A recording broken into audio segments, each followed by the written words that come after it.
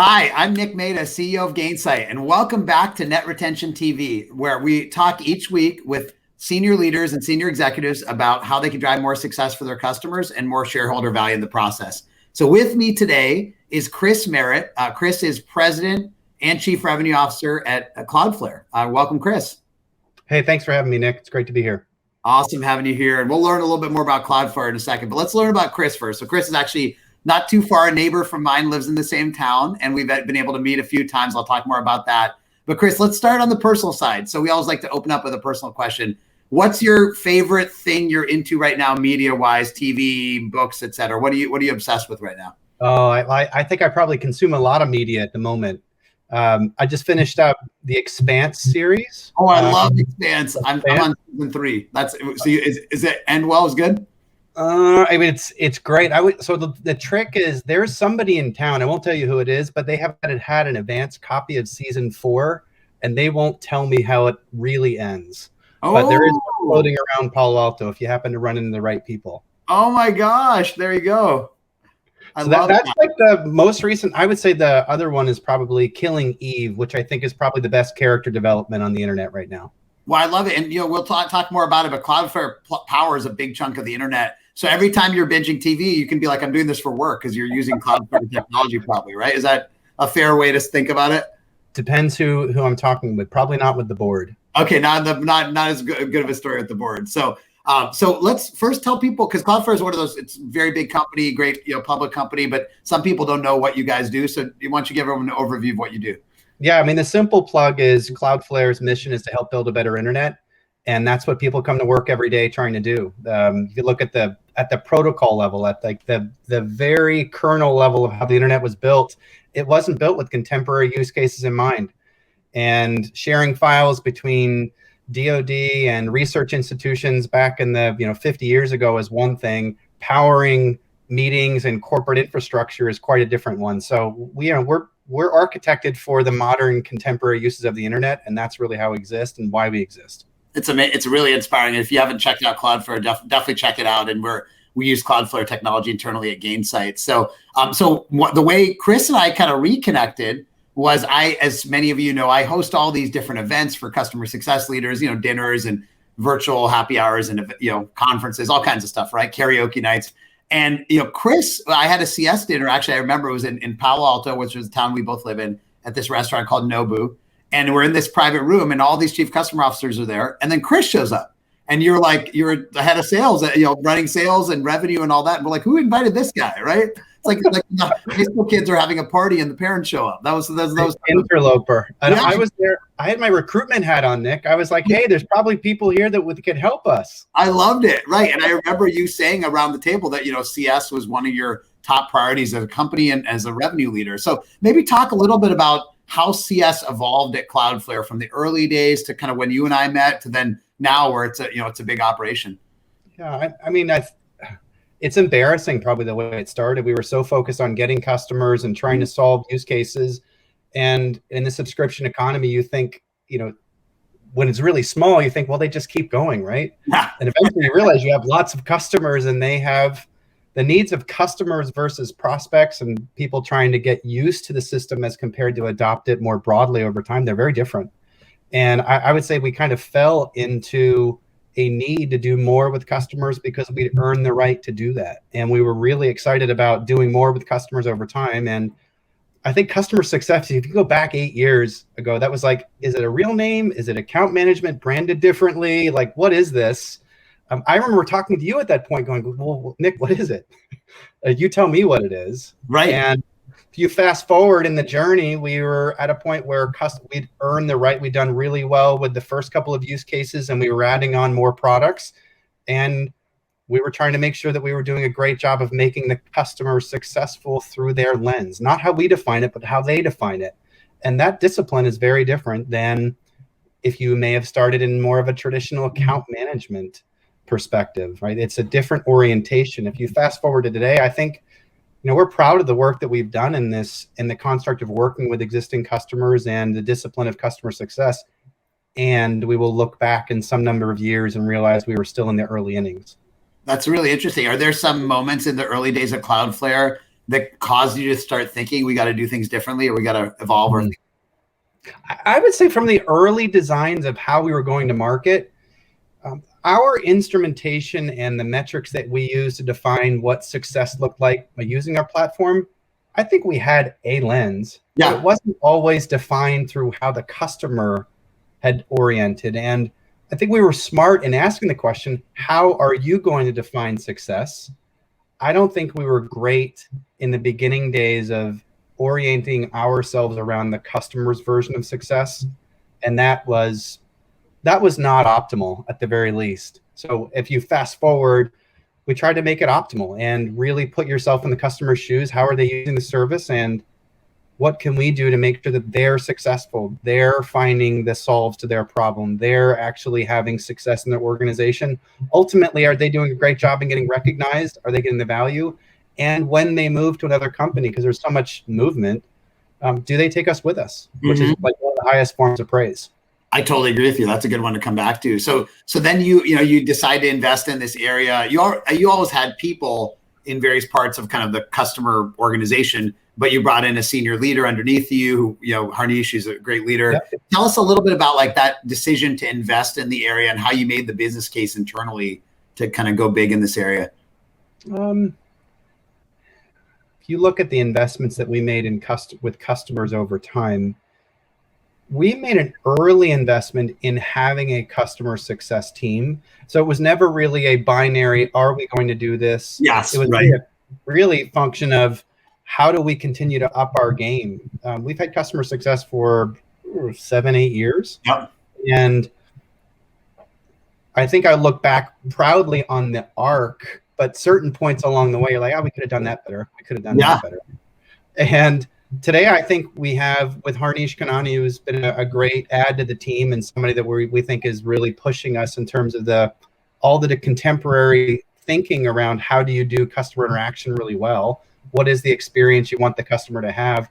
I think Harnish is really leading the team through this next phase of growth. Traditional customer lifecycle, and how do we think about expanding into use cases that make sense, and where does it not make sense, and where do we have to improve? I think we're doing a good job. I could probably, if you look at, we'll probably get to this at some point. You're going to ask me about DNR. Yeah. We report on that publicly, so there's a way to go see how we're doing, and we're proud of that, and think that we're still relatively early in our journey. That's awesome. So when some folks are watching it are looking for that CS leader, right, to help either underneath the CRO or underneath the CEO. When you were looking, what were some of the things you were looking for in a leader to help bring this organization to the next level? We are a technical product, and we sell to technical buyers, and we solve technical problems. Yes. As we move up the stack, that becomes more important to not just the tech team, but actually those that are in the ecosystem. So especially as we've moved remote, I can see a little bit of dither on the network today between us. Like, that's hard. Yeah.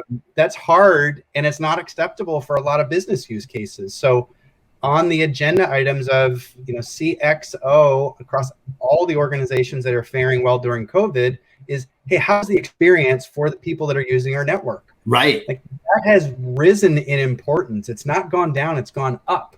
The rise of cyber threats and ransomware and all of those things have become more important for organizations, which means that the problems that we're attacking, and all those things, by the way, I just described, we work on.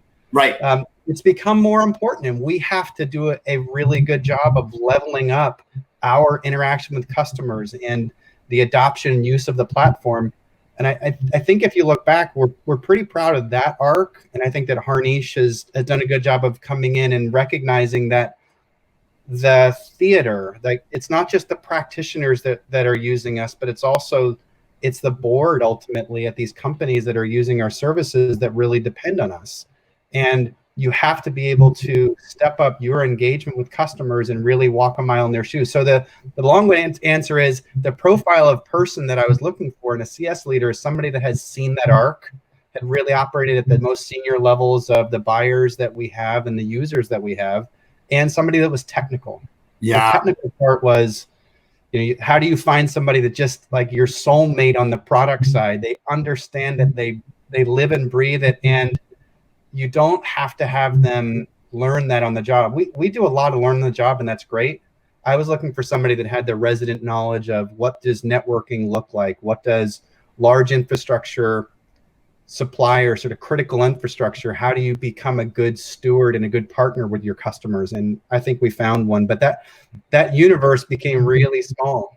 People that we could hire, and we feel really lucky to have him here. And the team around him is, it's a great team, and we feel really lucky to have that team. You articulate so well, because you're right. In technical products, you have this challenge where you need somebody who can understand, what the engineers are talking about and go meet with the chief digital officer at the company at the same time. That is a hard range, but I'm glad you found somebody. So one of the other things that I think evolves a lot in a business like yours is how you measure, customer success and growth and all that, right? So talk a little bit about what the measurement for, as a CRO for like your business was like, 5-6 years ago, and then maybe you started adding in some metrics around retention, churn, and then today, dollar-based net retention. I'm an engineer, and I take comfort and sleep well when things are well instrumented, and I can put some measure points in the process. So I think we've been fairly well instrumented across our arc, and yet the importance of good instrumentation and the tightness has really gone up. What I can point to specifically is clearly you have top line growth, and you have your renewal rates and your expansion rates. I think those have been important along the entire metric, but as we're a public company now, we report on DNR externally. Right. And you have to be really good at calculating it. And it's an auditable measure. Right. And that, like the importance, I don't know that if you go back and if you look at all the metrics that are in Salesforce, you'd like to think they're all auditable, and we want to hold ourselves to that standard. But now you have accounting firms that are really doing that. And, I think the quality of the metrics are really important. Are they accurate? 2, are you authentically measuring your business, or is this just a measure that is put out as a byproduct? But we try to tie our process really tightly to this is the expected outcome, and we need to be able to forecast on it and measure and manage around it. That's really great input. Yeah, one point I was going to click on there is the audit capability, because obviously being a public company, you report it, you have to have it be audited. And for folks that are watching, this is something that I think there is a lot of variance in how you do the calculation. So I'm sure you guys, as you were working on your public metrics, you had to sit down and say, how are we going to calculate it? And what about this scenario? What about the scenario, et cetera, right? Lots of time in front of a spreadsheet, I'm guessing, at some point.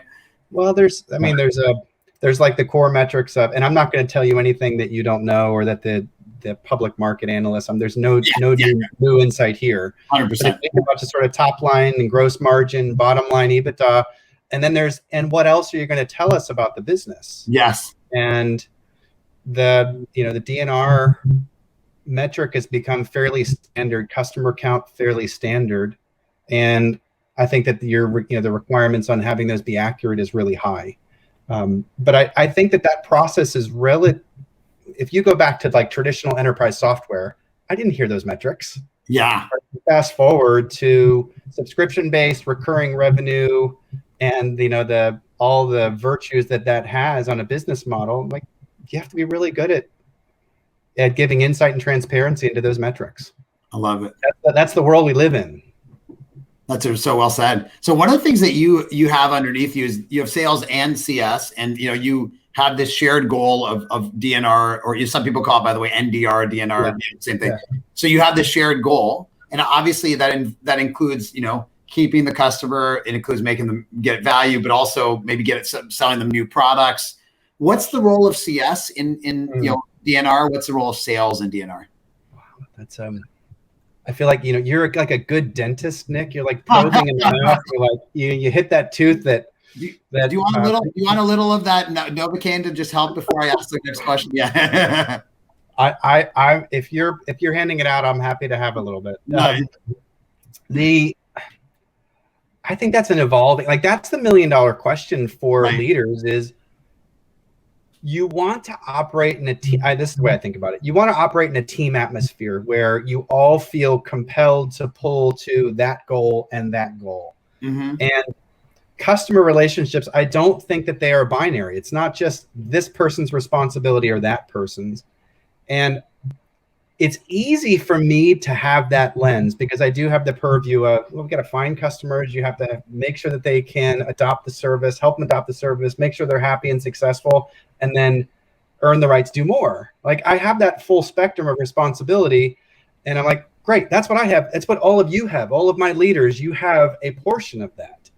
And I expect people to operate that way. But then they're like, okay, boss, tell me, what's this thing that I'm doing now? What's my measure? What's my part? Exactly. Right. Yeah.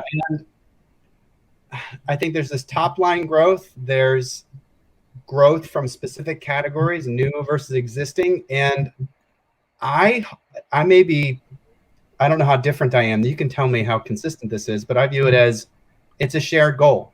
So CS, you share that. New business, you share that. Yep. There are individual sub-metrics that we can decompose, but I think at the most uber level, if we don't have a team lens around NDR or DNR, depending on where you put the D in the end, I think my opinion is I've chosen to make it a team-based selling environment that way, as compared to siloed off and not my problem, his problem. I hate this. I just don't like this, So I've tried to engineer that to be non-existent. I don't know. You have to ask the team. I'm really curious to have you ask the team to see what their response is. Well, I think it's a great question. It's funny because I do think this is the future of business. Like older business models, you could really silo things more because they were very discrete and long cycle, but now everything affects everything else, right? Maybe practically, let's pick a scenario. So let's say, I'm sure this happens to you. Your client gets a new CISO, right? So obviously there's CISO stands for Chief Information Security Officer for folks watching. So now there's a CISO, probably a new stakeholder. You want to talk to them. Is that the CSM talking to the CISO? Is it the salesperson, or is it, are they setting up a joint meeting? What do you see? So I view it as sort of a layer cake a little bit, where if the CSM is doing their job right, they're advocating nonstop for the customer to be a raging success with the product. Yes. And they're advocating internally, and they're probably rabble rousing. Like, we have to improve this. We have to make this better. This is not good enough.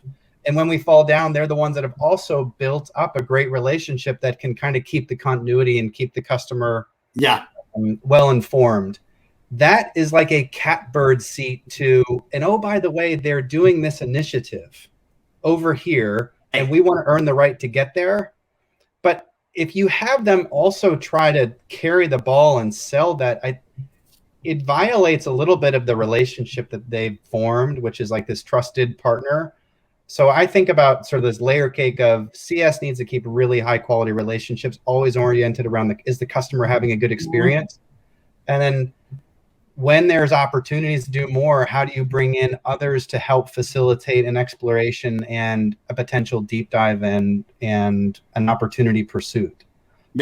Is more of a sales motion. So I try to get the and. Sometimes it works well, sometimes it doesn't. That's great. I think that's, by the way, I think that is pretty common, particularly in products where it's technical. So there's a lot of work to do on that sort of CS side of the house. And then there's a sales side that's commercial. So I see the division you have.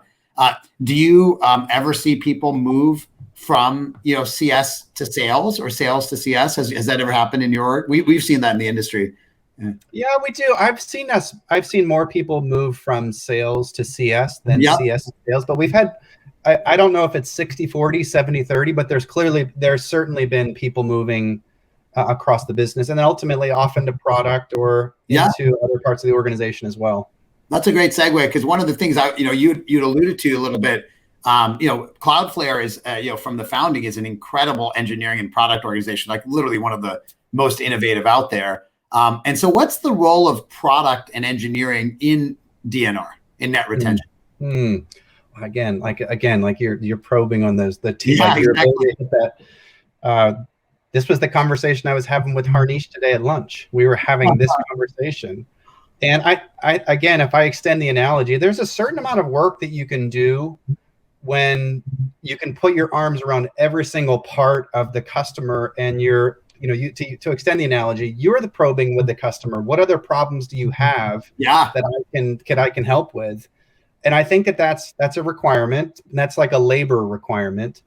There's also for us, we have the ability to see, appropriately all the customers' network traffic flowing through. We can see the other problems that they have. If they have congestions or users that aren't having a good experience, or they're getting,